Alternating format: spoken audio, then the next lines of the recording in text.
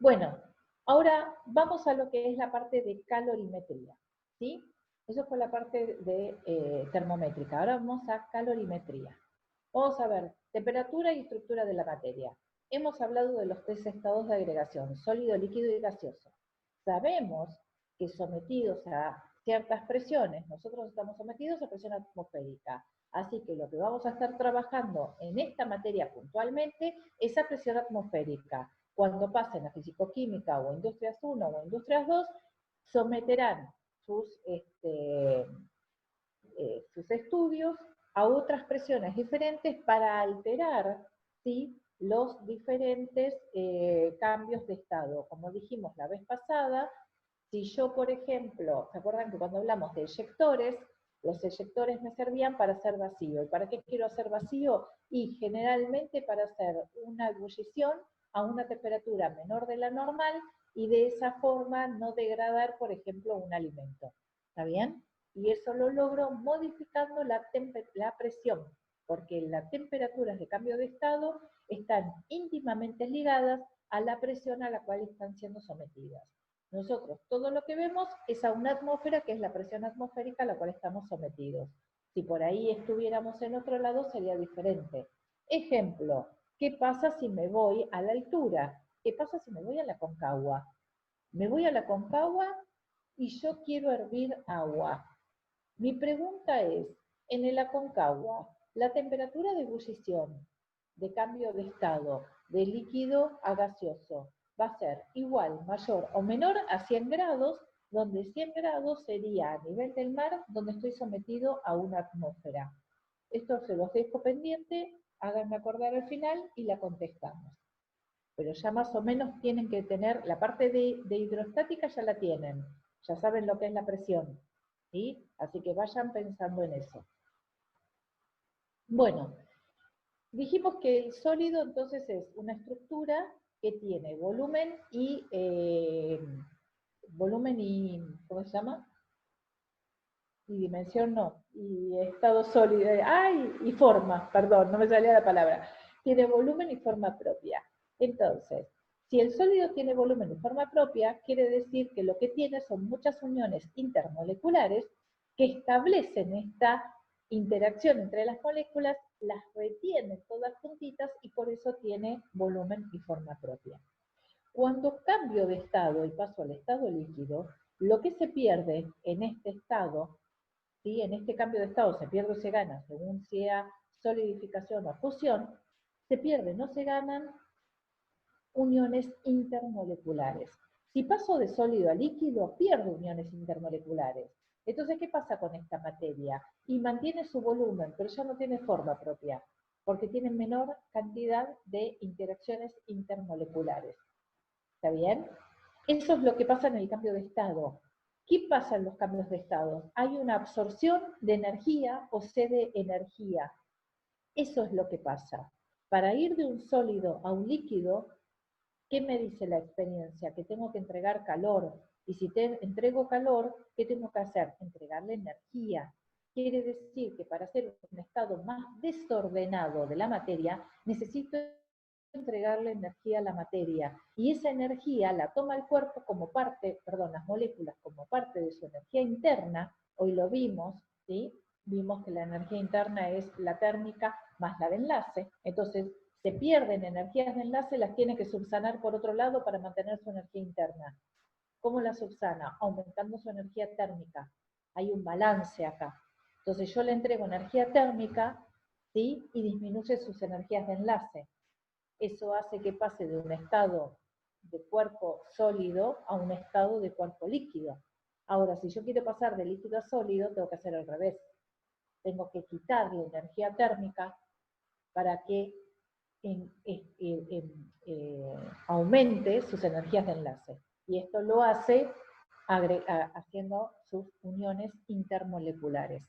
¿Se entiende lo que es un cambio de estado? Entonces, lo que es ese pasaje, y este pasaje se logra cediendo energía al medio o ganando energía del medio.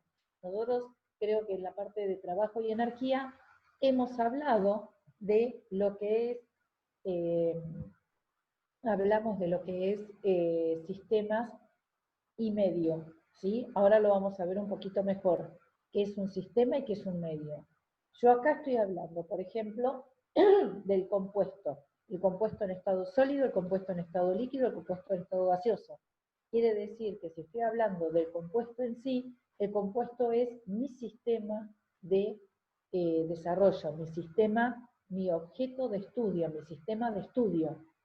Pero entre él y el medio ambiente hay una frontera que no es física, es una frontera imaginaria que yo coloco para decir, entre este objeto y el medio ambiente existe un intercambio de energía. Puede ceder energía o tomar energía.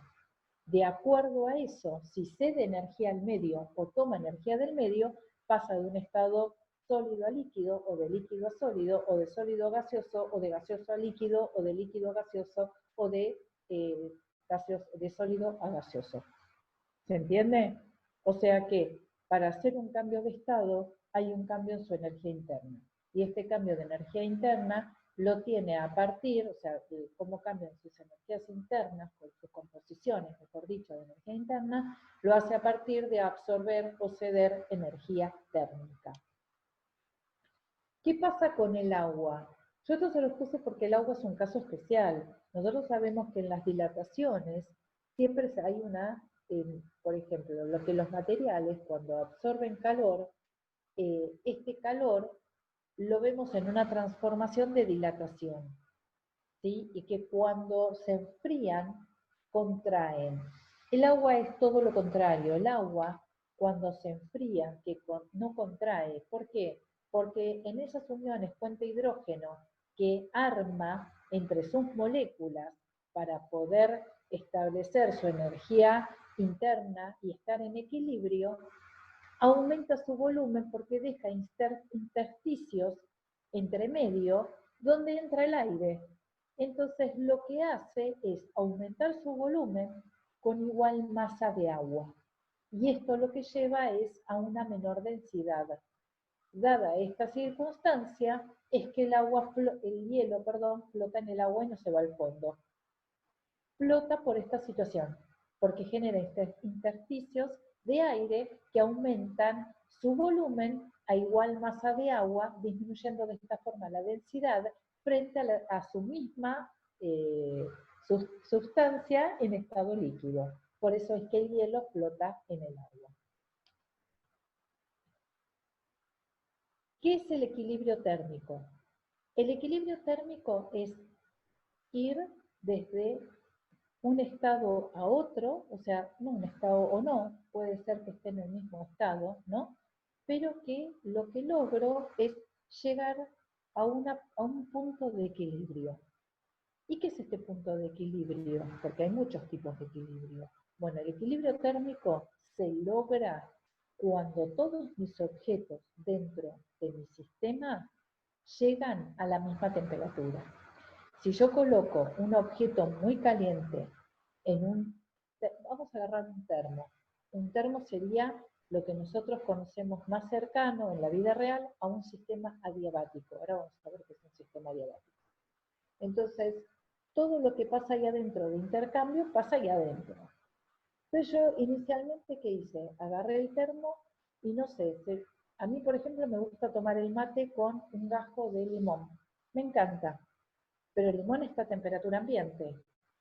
Entonces yo agarro y tengo el termo que está a temperatura ambiente, por dentro y por fuera, todavía no le puse nada. Y le pongo un gajo de limón, y mi gajo de limón está a la misma temperatura que el termo. Pero después caliento el agua, lleno el termo, ¿y qué pasa? El agua está caliente, o sea que la temperatura del agua es mayor a la del termo y la del limón. Todo este sistema que yo hice, termo, agua y limón, van a evolucionar en el tiempo hasta llegar al equilibrio térmico. O sea, hasta que los tres componentes estén a la misma temperatura.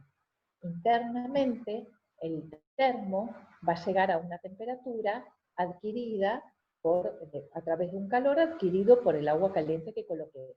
O sea que el agua va a disminuir un poco su temperatura. La parte interna del termo y el limón van hasta llegar a un equilibrio térmico entre los tres. Los tres llegan a la misma temperatura. Entonces, cuando hay igual temperatura entre todos, ¿qué es lo que hay? Un equilibrio térmico. ¿Por qué? Porque yo no tengo más gradiente, como habíamos visto hoy al principio. Ahí. No tengo más gradiente para que ocurra una transferencia de energía. Y la transferencia de energía ocurre desde los cuerpos de alta energía térmica hacia los de menor energía térmica, llegando a ¿qué? Al equilibrio térmico. Ahí es donde se termina la transferencia de energía. Llegué al equilibrio térmico, no hay más transferencia de energía y se quedan ahí. Y listo. Y se mantendrán ahí en ese equilibrio, salvo que tenga una pérdida de energía hacia el medio o, no sé, después altere de vuelta este sistema de alguna forma colocando algo más. Pero en inicio, ese va a ser mi equilibrio térmico. El agua disminuye un poco su temperatura porque transfirió calor hacia el interior del termo y hacia el gajo de limón, que suben su temperatura hasta llegar los tres a la misma temperatura. Ese es el fin de la transferencia de calor. Y eso es lo que se denomina equilibrio térmico. Eso es lo que busca automáticamente todos los sistemas. ¿Por qué aíslo en invierno mis casas? ¿Por qué genero una aislación? Digo, no, tengo que tener las persianas, las cortinas, las paredes, porque lo que quiero es que el calor se mantenga dentro, que no haya una transferencia de calor desde el adentro hacia el afuera. ¿Por qué? Porque iría a favor de gradiente. Yo tendría lo que yo llamaría sistema, que sería mi casa, y el resto sería el medio ambiente. Y tendría una transferencia de calor desde mi sistema, que es mi casa, hacia el medio ambiente, que es el exterior. Que yo, en mi sistema, en mi entendimiento, lo razonaría como una pérdida de calor. Y esa pérdida de calor a mí me cuesta dinero porque significa que tengo que poner la estufa a, un nivel mayor. ¿Se entiende? Esos son los sistemas y los medios. Yo establezco dónde armo, ¿sí?, mi sistema y mi medio. Cuando me dicen, no, mira, esta estufa es de 3000 calorías y te sirve para una habitación de 3x3x3. Más grande no te va a calentar lo suficiente. Fíjense que ahí estamos jugando con todo esto. Ahora, si yo tengo un ambiente enorme, y bueno, mi transferencia va a ser enorme, no voy a poder calefaccionar todo el ambiente como yo querría. Necesito gastar muchas calorías. ¿Para qué? Para transferirlas hacia el ambiente. Además va a haber un sistema de flujo, que después lo verán, de convección del aire. ¿Sí? ¿Qué es la capacidad calorífica de los elementos? La capacidad calorífica de los elementos es la cantidad de calor que transfiere ese elemento en particular, ¿sí?, para una diferencia de temperatura. O sea, la capacidad calorífica, que nosotros la vamos a llamar Q, y a partir de ahora este va a ser nuestro calor también, perdón, Q, C, este va a ser nuestro calor. Q, así como lo tomábamos para el caudal volumétrico, que también le poníamos Q, después van a ver que en fisicoquímica, para distinguir lo que es un caudal de algo que no lo es, le coloca un puntito arriba. Así de sencillo es. Juan Montesano hace una distinción y dice, bueno, si yo quiero algo que sea caudal, le coloco arriba un puntito. El colocarle ese puntito arriba a la Q me está denotando un caudal. Pero como en este caso nosotros no tenemos un caudal, sino que simplemente tenemos un calor, se lo sacamos. Pero para que sepan, para más adelante. Y no confundan el Q del calor con el Q del caudal de hidrodinámica, que no tiene nada que ver acá. Si bien utiliza la misma letra, son dos cosas diferentes. Este es el calor. ¿Qué es este calor? Es el calor absorbido o cedido por la materia. O sea, para pasar de un estado a otro, o de una temperatura a otra, o de un estado de dilatación al otro, necesita absorber o ceder calor. ¿Sí? Esa es la cantidad de calor que absorbe o cede para pasar de una temperatura a otra. ¿Está bien? Entonces digo, bueno, esta cantidad de calor, ¿de qué va a depender? Y va a depender del delta T. No es lo mismo ir de 20 a 60 que ir de 20 a 80. Voy a necesitar mucho más calor para ir de 20 a 80 que de 20 a 60. O va a perder mucho más calor si disminuye su temperatura de 80 a 20 que si disminuye su temperatura de 60 a 20. Cuando yo quiero que algo me entregue calor, o sea calor, tengo que ver cuál es su capacidad calorífica. Y su capacidad calorífica va a depender también de la cantidad de materia que yo tenga. Entonces, la capacidad calorífica, que es esta C, va a ser la cantidad de calorías que me entregue ese cuerpo en particular, con esas dimensiones y con esa cantidad de materia, por cada grado centígrado. Pero hay un problema con la capacidad calorífica, y es que si yo hablo de capacidad calorífica, estoy diciendo que es de ese cuerpo en particular. Ven que acá, por ejemplo, está el Sol, ¿no? El Sol no cambia su tamaño, entonces tiene como una capacidad calorífica, digamos, constante.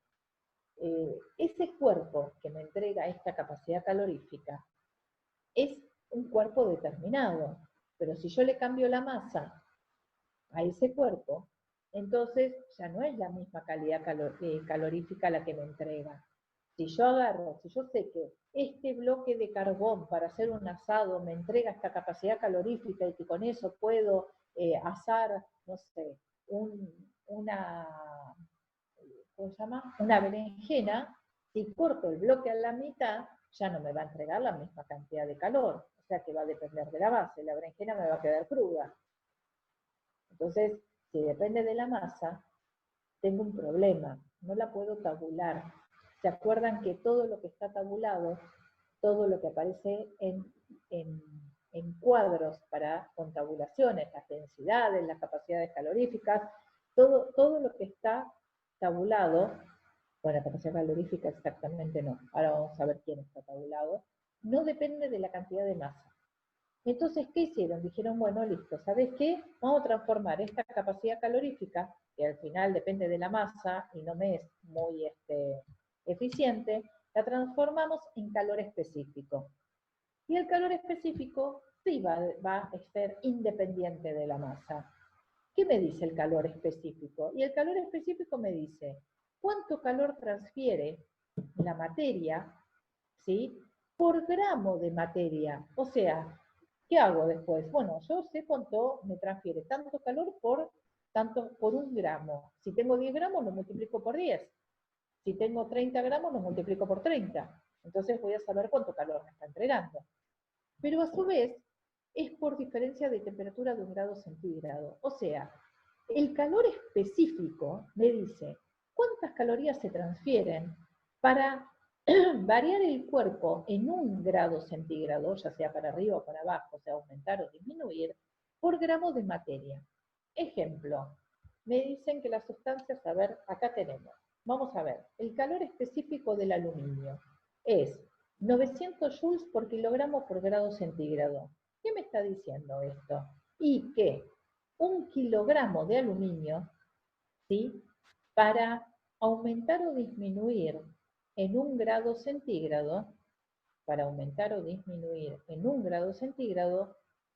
necesita, o sea, absorbe si necesita aumentar, cede si disminuye, 900 joules. Es lo que me entrega. Cuando yo quiero hacer una transferencia en la industria y quiero calentar algo, necesito saber cuál es el calor específico del elemento que estoy utilizando. ¿Por qué utilizo vapor y no utilizo agua en estado de ebullición para transferir calor en un proceso de calentamiento en una industria?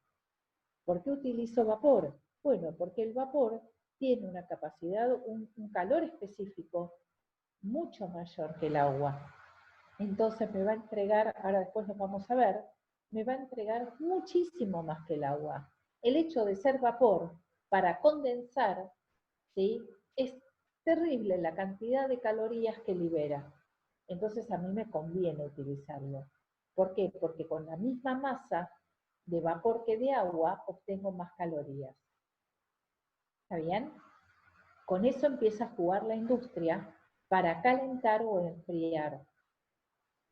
Con eso se juega para calentar o enfriar de los diferentes elementos que después tienen para hacer las heladeras, los freezers, quien absorbe y cede calor en menor cantidad de masa, quien tiene más esta capacidad de absorber o ceder calor. Entonces, por ejemplo, el aluminio me entrega 900. Fíjense que transformado no, ahí no me sale la palabra. Bueno, cambiadas las unidades a calorías, gramos y grados centígrados, 900 joules por kilogramo por grado centígrado se transforman en 0.21 calorías por gramo por grado centígrado. ¿Sí? Esto a mí me da una idea de quién absorbe o cede más calorías. Por ejemplo, si yo quiero utilizar ¿de qué voy a hacer un recipiente? Si yo quiero cocinar, ¿qué buscan los recipientes para la cocción? Que tengan una buena transferencia de calor. ¿Por qué? Porque el calor va al recipiente y del recipiente va al alimento.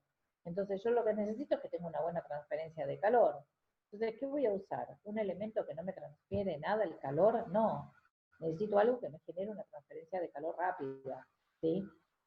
Todo eso lo voy evaluando. Ahora, el calor específico se puede trabajar en dos condiciones diferentes. Se puede trabajar a presión constante o a volumen constante. Esto que tienen acá es un sistema de pistón. Un sistema de pistón es un émbolo, es un dispositivo émbolo-cilindro. Nada más que eso. Es como, ¿vieron las cafeteras de ahora? Las que son justamente un émbolo que uno baja para filtrar. Es lo mismo. Eso es un sistema de pistón. Es el mismo funcionamiento que tiene el motor del auto, por ejemplo, el sistema de pistón, cilindro, émbolo. Entonces, si yo el émbolo lo dejo libre, ¿sí? Y supónganse que en este espacio esto que está rosa es un líquido o un vapor, lo que ustedes quieran, vamos a ponerle un líquido mejor. Si yo le entrego calor a este líquido, ¿qué tiende a hacer este líquido? Lo vimos recién por la dilatación. Tiende a expandirse, o sea que lo que hace es aumentar su volumen. Pero si aumenta el volumen en P por B sobre T, que es igual a constante, sabemos que con un aumento de volumen lo que hace es mantener su presión constante y aumenta la temperatura. ¿Sí? Eso sería trabajar a presión constante.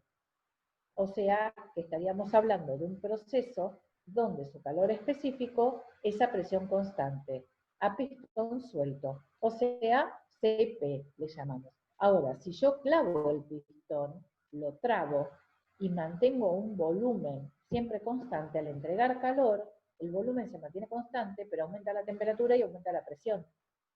Eso sería trabajar con un calor específico, o sea, con una evolución a volumen constante. Esa evolución a volumen constante se le llamaría en este caso calor específico a volumen constante, o sea, CB. Pero nosotros en esta materia no vamos a trabajar con el CB, vamos a trabajar con el CP.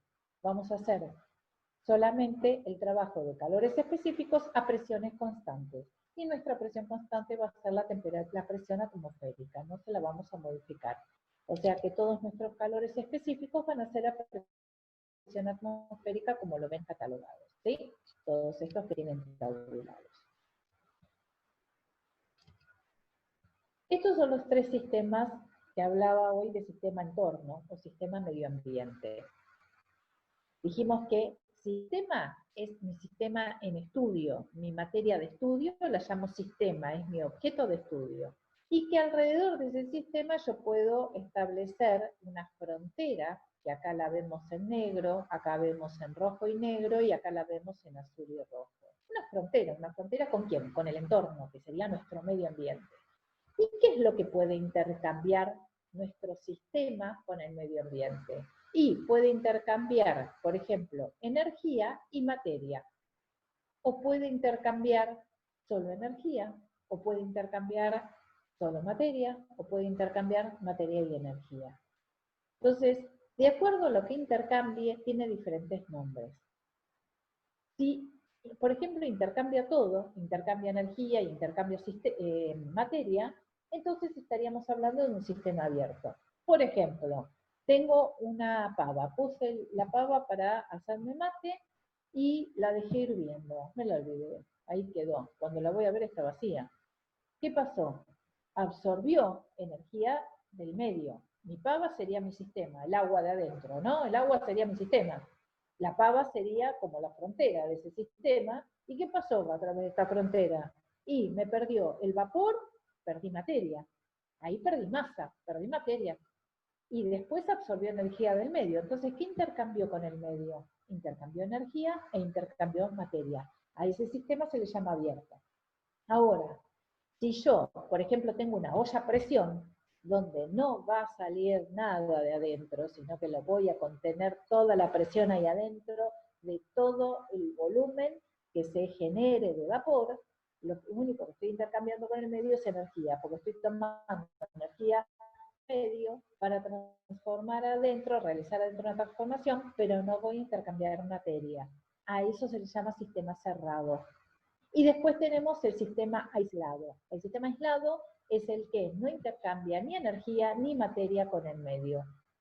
Ese sistema aislado, cuando hablamos de pérdida de calor, se le llama sistema adiabático. O sea que este sistema aislado, a su vez, lleva el nombre de sistema diabático. Un sistema adiabático es un sistema que no intercambia calor con el medio, ni de afuera para adentro, ni de adentro para afuera. Todo el equilibrio térmico se realiza dentro del sistema. ¿Se entendieron? Porque de acuerdo a eso es como yo después voy a tener que trabajar los diferentes sistemas. Entonces, ¿qué es un calorímetro? Un calorímetro es esto, es un dispositivo como un termo, un dispositivo que se trata que sea lo más adiabático posible. Pero recuerden que el termo, también, como yo hoy les dije, tengo el termo, temperatura ambiente, coloco el limón, temperatura ambiente, y luego coloco el agua caliente. Todo llega a un equilibrio térmico. El interior del termo, ¿sí? O sea, el agua, el interior del termo y el limón. Si las tres cosas llegan a la misma temperatura, se produce un intercambio ahí adentro. Pero no tuve pérdidas, porque yo quiero que mi termo más perfecto es el que no me va a perder calor. Yo le voy a decir pérdida de calor, o el que no me gana calor de afuera si estoy poniendo algo frío y es verano. Eso es lo más adiabático posible. Es lo que conozco más cercano en la vida real a algo adiabático. Lo que está más aislado del medio y que todo su intercambio se produce en el interior. ¿Está bien? Entonces, la calorimetría lo que hace es estudiar todos estos intercambios de adentro. ¿Qué ocurre ahí adentro? Un balance energético, esto que vemos acá. O sea, la sumatoria de todos los calores va a ser igual a 0. Adentro. ¿Por qué? Porque yo dentro del termo, ¿qué puse? Y puse el limón, tengo el termo, y después coloqué el agua caliente. El agua pierde calor. ¿Quién absorbe ese calor? Y lo absorbe el limón y el termo. Quiere decir que como nada se perdió, todo el intercambio de calor estuvo ahí adentro. Hablando de pérdidas y ganancias, si hablo de ganancias son positivos, si hablo de pérdidas son negativos. O sea que el menos calor que pierde el agua lo absorbe el más calor del limón y el más calor del termo. Y todo ese balance me da 0. ¿Se entiende? Eso es un balance de energías. Realizar las sumatorias de quién pierde y quién gana, y obviamente tiene que ser 0, porque nada se crea, nada se destruye, todo se transforma. O sea que todo eso me da 0. Ahora, si yo tengo pérdidas hacia el medio, porque mi sistema no es adiabático, es un sistema cerrado, tengo que considerar dentro de mis sumatorias las pérdidas hacia afuera. Entonces, ¿qué tengo dentro de mi sumatoria? Y tengo menos el calor del agua caliente, más el calor del limón, más el calor del termo, y después tengo más el calor hacia el medio, porque tengo una pérdida, es un sistema cerrado. Esa pérdida, esa fuga de calor, la tengo que considerar. En todo ese balance energético me va a dar 0 igual. solo que ahora tengo una pérdida hacia el exterior. ¿Se entiende? Miren, por ejemplo, esto. Dice, un lingote de 0,05 kilogramos de metal se calienta a 200 grados centígrados. Y después se deja caer en un calorímetro que contiene 0,4 kilogramos de agua inicialmente a 20 grados. ¿Sí? La temperatura de equilibrio final de la mezcla es de 22,4 grados centígrados. Se encuentra el calor específico del metal. Ok, lo que me están diciendo acá es que estoy tratando un sistema adiabático, porque no me está hablando de pérdida de calor hacia adentro. Pero tampoco me dicen que tenga interferencia del calorímetro. Yo hoy dije que en el caso de mi termo también absorbe calor. Bueno, en este caso consideraron un calorímetro ideal. ¿Qué es un calorímetro ideal? El que no va a intervenir. Sería el equivalente a que mi termo sea tan perfecto que no interviene entre el equilibrio térmico que se produce entre el limón y el agua caliente. ¿Sí?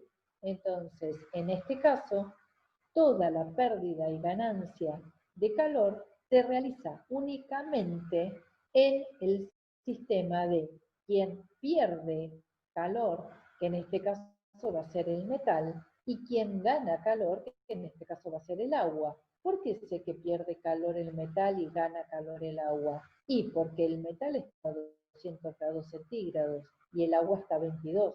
O sea que hay un favor de gradiente de 200 a 22. Hay una pérdida desde el metal y una ganancia de calor desde el agua. ¿Cómo hago ese balance? Bueno, directamente hago la sumatoria de el calor del metal más el calor del agua es igual a 0.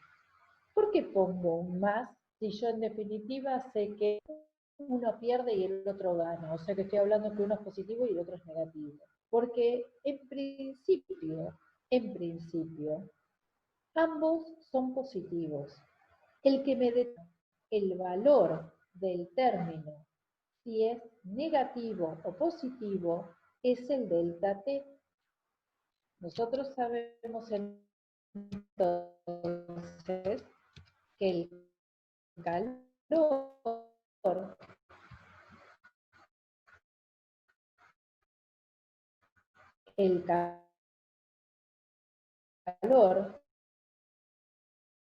a ver si lo puedo buscar por el CP, por el del.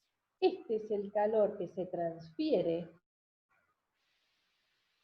¿sí? Cuando no hay cambio de estado. El cambio de estado se le llama calor sensible.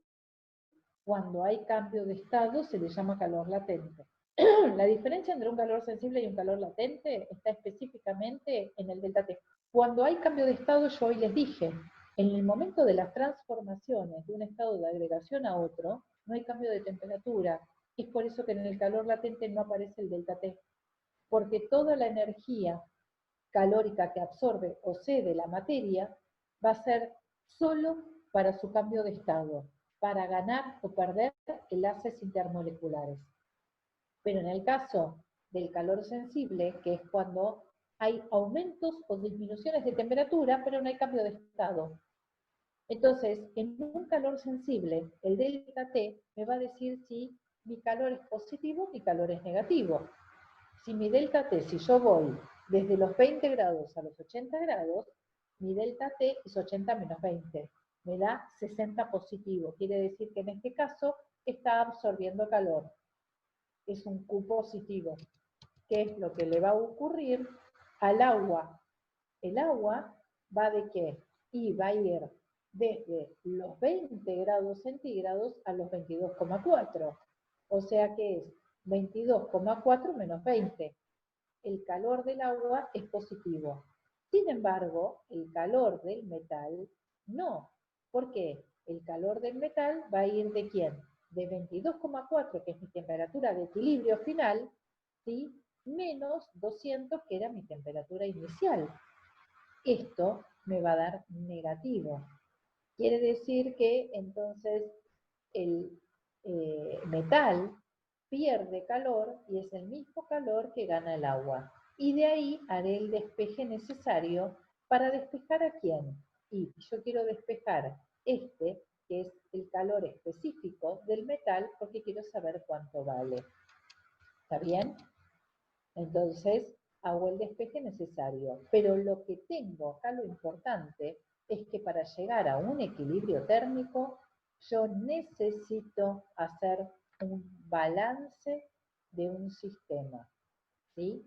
O sea, que la sumatoria de calores sea igual a 0. ¿Está bien? Eso es importante.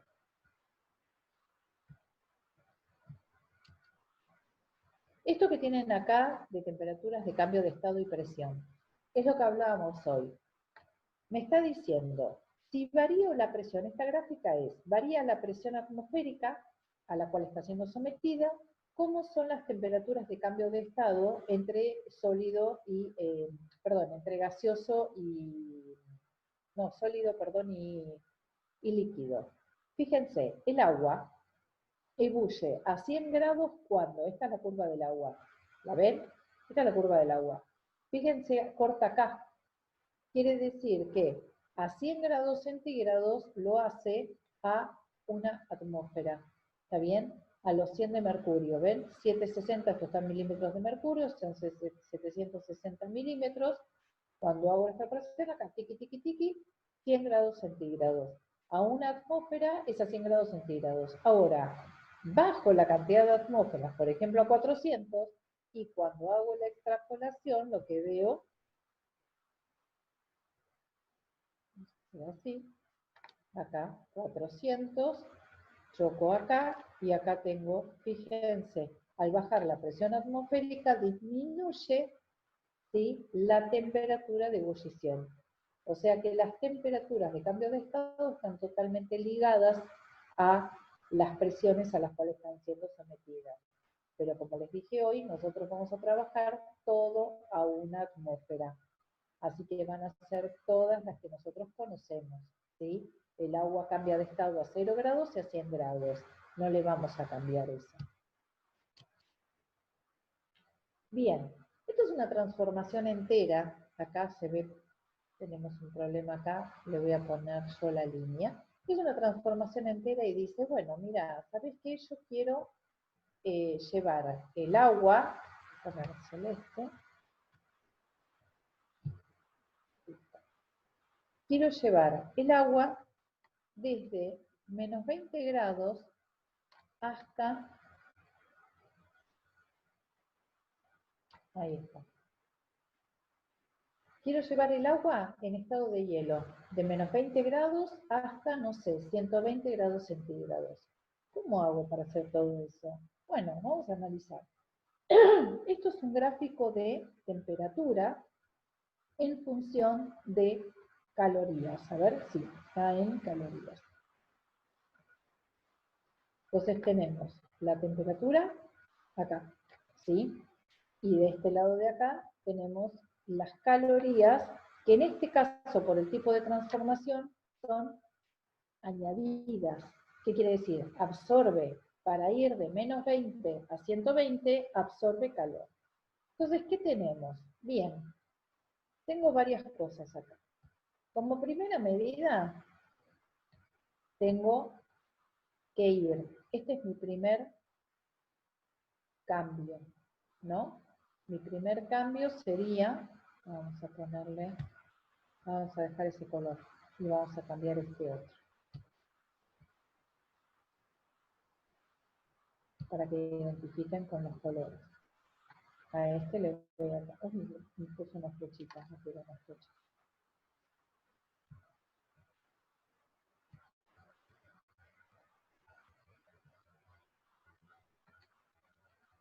Ahí está, vamos a poner ese color. Entonces tenemos, en principio,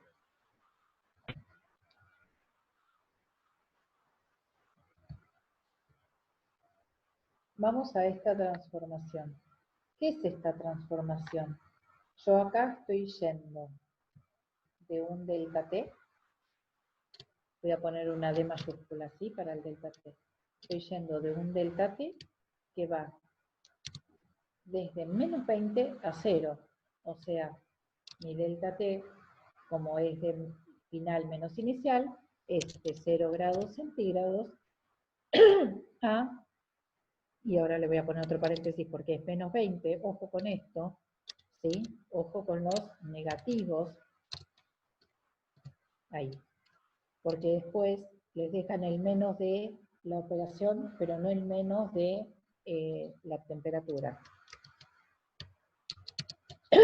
Ese es mi delta T. Mi delta T va de los menos 20 grados centígrados a 0. Fíjense que este delta T, si yo lo hago, es de 0, 0 menos 20. O sea que me va a dar positivo 20 grados centígrados.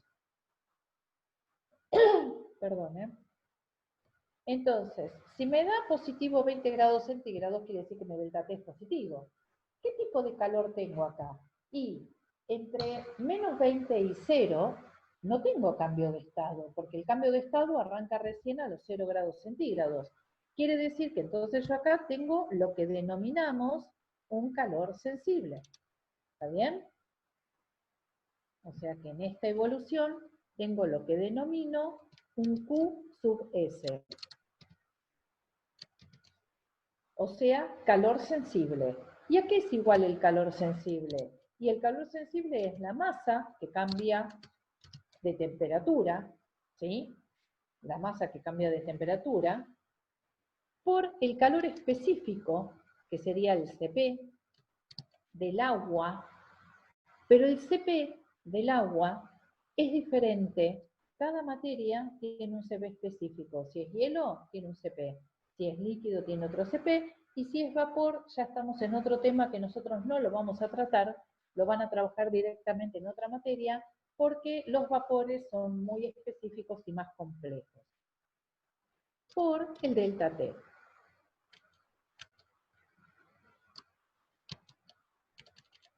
Ese va a ser nuestro calor sensible. ¿Cuánto nos dice acá que es nuestro calor sensible? Bueno, está corrida, así que no tengo mucha relación porque arranca con el 0 desde acá. Está corrida la escala. Entonces, ¿qué pasa? De acá a acá yo tengo mi calor sensible. Bueno, eso me dará una cierta cantidad de calor, según la cantidad de masa que yo tenga, ¿sí? Y según el delta T. Ahora, el Cp, yo les dije que el Cp, que es el calor específico para el hielo, en el caso del hielo, tiene un valor, por ejemplo, de 0.5 calorías por grado centígrado que cambia cada gramo de materia. Ese es el Cp de hielo. Cuando veamos el del agua es 1. Entonces, a partir de esto yo puedo sacar el calor sensible que necesito para ir de menos 20 a 0. Pero ¿qué pasa ahora acá? En este tramo. Y en este tramo yo ahora tengo, acá, vamos a ponerle así y así. ¿Qué tengo en este tramo? Y en este tramo tengo una fusión. Como estoy absorbiendo calor, tengo una fusión. ¿Qué era una fusión? Y una fusión era un cambio de estado. Si hay un cambio de estado, no hay cambio de temperatura. Por eso es horizontal. Porque se mantiene a 0 grados desde que comienza su fusión hasta que termina el 100% de su fusión. Y en este caso se lo denomina calor latente. Entonces, ¿qué es el calor latente? Es la masa que cambia de estado por este lambda, bueno, no sé cómo dibujarlo lambda acá, voy a tener un problemilla, por este lambda, a ver si puedo hacer algo similar a un lambda. Bueno, ese es mi lambda, sepan comprenderlo. ¿Qué es el lambda? El lambda está tabulado. Este lambda está tabulado como está tabulado también el Cp. El agua, ciertas tenemos el lambda de fusión, el lambda de vaporización, el lambda de sublimación. Ahora, el lambda es siempre un valor positivo, pero si es de fusión, yo tengo que interpretar que este calor latente, ¿sí? Por ser un calor latente de fusión,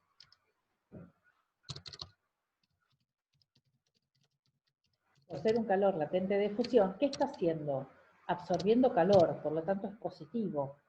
Ahora, si mi calor latente fuera en sentido contrario, no fuera de fusión, fuera de solidificación,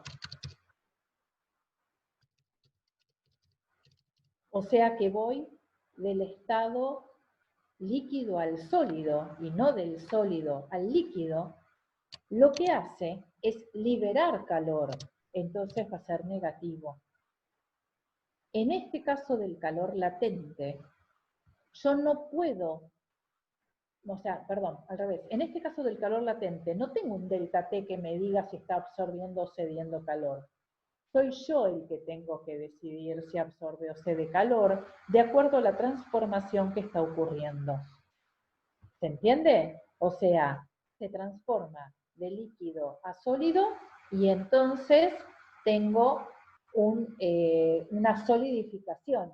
Para ocurrir una solidificación libera calor al medio. Ahora, si ocurre de sólido a líquido, entonces absorbe calor. ¿Por qué? Porque tiene que liberarlo. ¿Se entiende? Hasta que no ocurre el 100% de la transformación. O sea, en este lado nosotros tenemos acá, en este punto de acá, en el inicio, ¿sí? La evolución es de izquierda a derecha. En el inicio, ¿qué tengo? Y yo acá tengo 100% de ¿qué? Y 100% de sólido. ¿Y cuánto tengo de líquido? 0%. No hay nada todavía de líquido.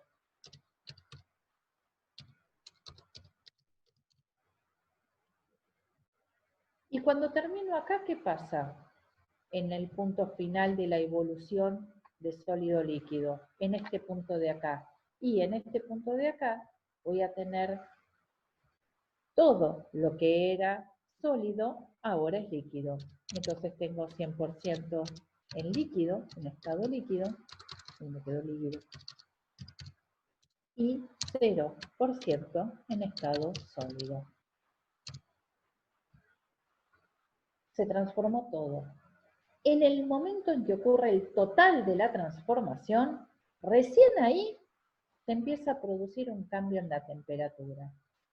Recién ahí se produce un cambio en la temperatura. Y ese cambio de la temperatura, ¿sí? Es este que tenemos acá, esta parte de la evolución, arranca de los 0 grados y termina en los 100 grados. Entre los 0 y los 100, en toda esta evolución, el estado del agua es líquido, pero otra vez tenemos lo que denominamos un calor sensible. En esta evolución, otra vez tenemos nuestro calor sensible. ¿Por qué? Porque no hay cambio de estado. Y si no hay cambio de estado, entonces la materia lo que hace es cambiar su temperatura. Quiere decir que nuestro calor sensible ahora va a ser igual a la masa que cambia de estado por el Cp, o sea, el calor específico, pero ahora del agua líquida, ya no es más el agua sólida, por la variación de temperatura que esté ocurriendo. Pero ahora recuerden que mi Cp es de agua líquida. Y el Cp del agua líquida, por ejemplo, es 1 caloría por gramo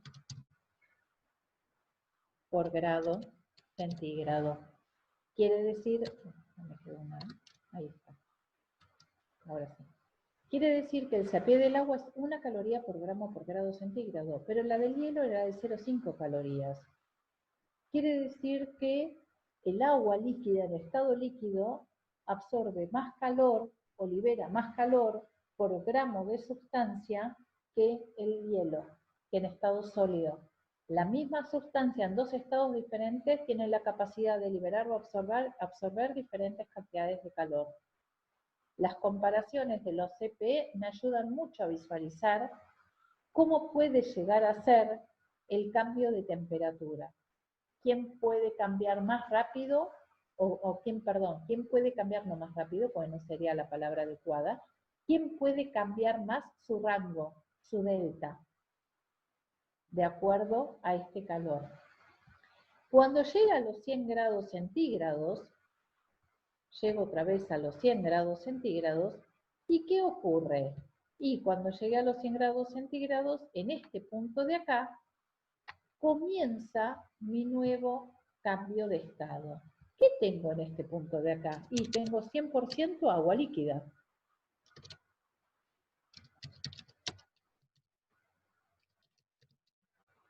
Y 0% de agua en estado vapor. ¿Está bien? Pero durante toda esta evolución que ocurre, toda esta evolución que obviamente es reversible, recuerden que siempre es reversible, toda esta evolución ida y vuelta de acá, ¿sí? Se mantiene siempre a temperatura constante. Los cambios de estado tienen esta cualidad de no cambiar la temperatura. Entonces, ¿qué vuelvo a tener acá? Y vuelvo a tener un calor latente. Pero ahora no es mi calor latente de fusión como tenía antes. Ahora lo que tengo es mi calor latente, en este caso, mi calor latente de vapor.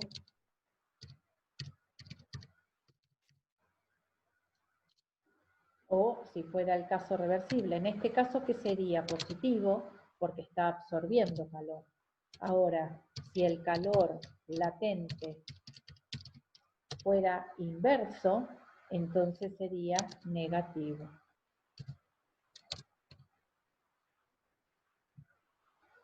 Pero mi delta T en la evolución de los calores sensibles me dice automáticamente si ese calor sensible es positivo o negativo, o sea, si la materia absorbe o cede calor. Yo quiero saber cómo se interpretó este gráfico porque es muy importante, es recontra importante. Quiero que ahora me hablen ustedes. Quiero que me digan si se entendió, si no se entendió. Es parte de nuestra vida cotidiana, lo único que estamos haciendo es hacerle un análisis más físico-químico, ¿sí?, a esto que nosotros conocemos. ¿Cómo vamos hasta acá? Profe, vendría a ser que cuando la temperatura está en ascenso es el calor sensible y cuando ya se llega a ese estado que aparece ya en horizontal es latente.